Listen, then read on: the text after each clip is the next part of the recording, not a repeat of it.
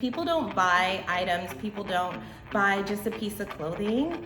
They are here to tell a story.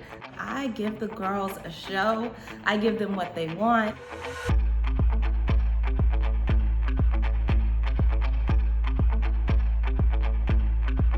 Many people dream about being a fashion designer or owning a boutique, and I feel like when I got started, I knew nothing. I knew where I wanted to be, and I had no clue where to get there.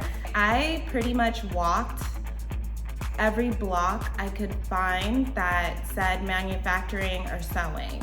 I found a building and I literally started at the top. I had this red jacket I wanted to make.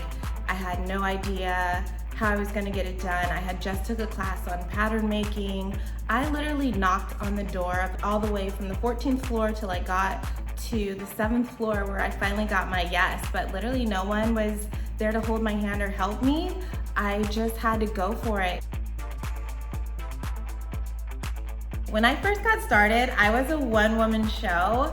I literally would put my phone on a tripod, put it on self-timer, run over, take all my photos. There's no excuse, you don't need this big checklist. I literally got up and I went for it, and I was relentless. I used to drive to Beverly Hills, and I wasn't ashamed to change in the back of my Jeep and put a scarf in the window and hop out and take the most fabulous pictures when I was completely broken. And I really built something out of that, and I feel like that is what makes me great. There's not one aspect of my business right now that I don't know how to do. I am the face of my brand, and really that happened by accident. My first few photo shoots, models didn't show up, and I have realized that people really fell in love with what I was doing and who I was as a person and what I represented. The average woman is not 6'2" and 102 pounds with extra long legs. Like, I'm a real woman with curves and problem areas, and that really resonates with my customer. So we are in the age of fast fashion where everything kind of looks the same. Everyone's on the copycat or going for the same look that so-and-so has. And I feel like the way that I have been able to set myself apart is by telling a story. People don't just buy items, people buy people, and they buy stories. So I give the girls a show, I give them what they want. I can have the same exact piece that another boutique may have or another vendor may be selling, but the way I do it is so different. I had this red fur coat and with a Chinese brocade inside, and so many girls are like, where am I gonna wear that? And I'm like, look ladies, you are in the pursuit of finding Mr. Right. You need this red coat. You need to wear it to the coffee shop so that he can see you and say, nice coat. And from there, look, you've got a date. Tell that story. So COVID landed in China first, and since I manufacture overseas, I started feeling the effects in about December when my production started being canceled. I knew that I had to shoot extra and really bulk up on inventory because something just might be coming. I had no clue that it would be like this. And then the lockdown really came on lockdown, and non-essential businesses closed, and I was devastated. I literally sunk into a whole depression, cried my eyes out because I was just thinking, like, I've prayed for this moment.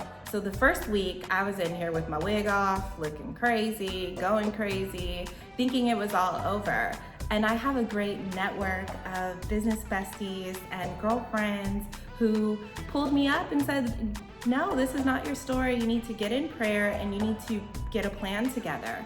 So I said, I'm not gonna let this ruin me. I fought so hard to get here. I'm not going down just like this. So this is the time to get really creative.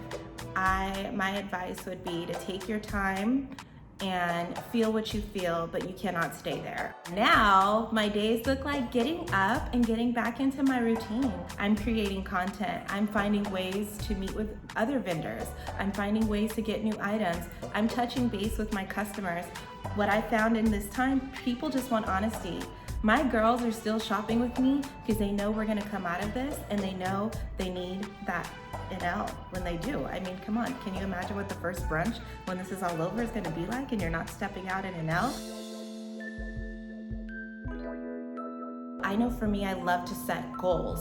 And my goal, my first year, I was just coming from losing or walking away from a business and starting from scratch with barely any money in my bank account. And I said to myself, I want to sell $1 million.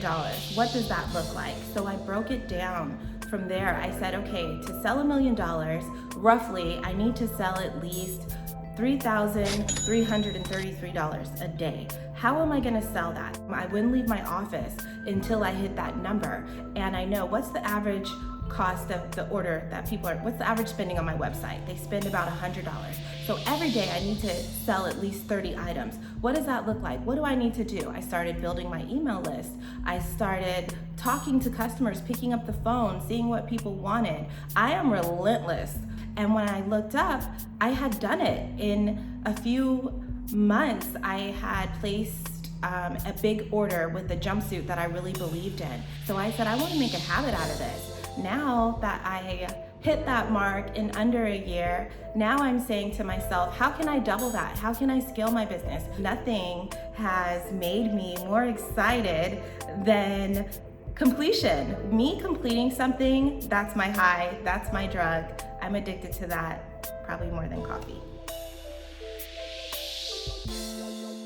You have to really think, what is the best decision for me and my business? And you have to do that, and you have to be okay with it. And that is the only way that I feel as a woman, you're going to win. It's all on you as a business owner. That lease is in my name. Those paychecks have my company on them. I am responsible, so I need to make the best decisions for my business and myself and be unapologetic in believing that and then acting on it. So really just start where you are with what you have, and don't be afraid to ask for help, because everybody thinks like you need to know all these things or you have to have all these things before you go for it, but no one started as an expert. Please give yourself permission to be a beginner.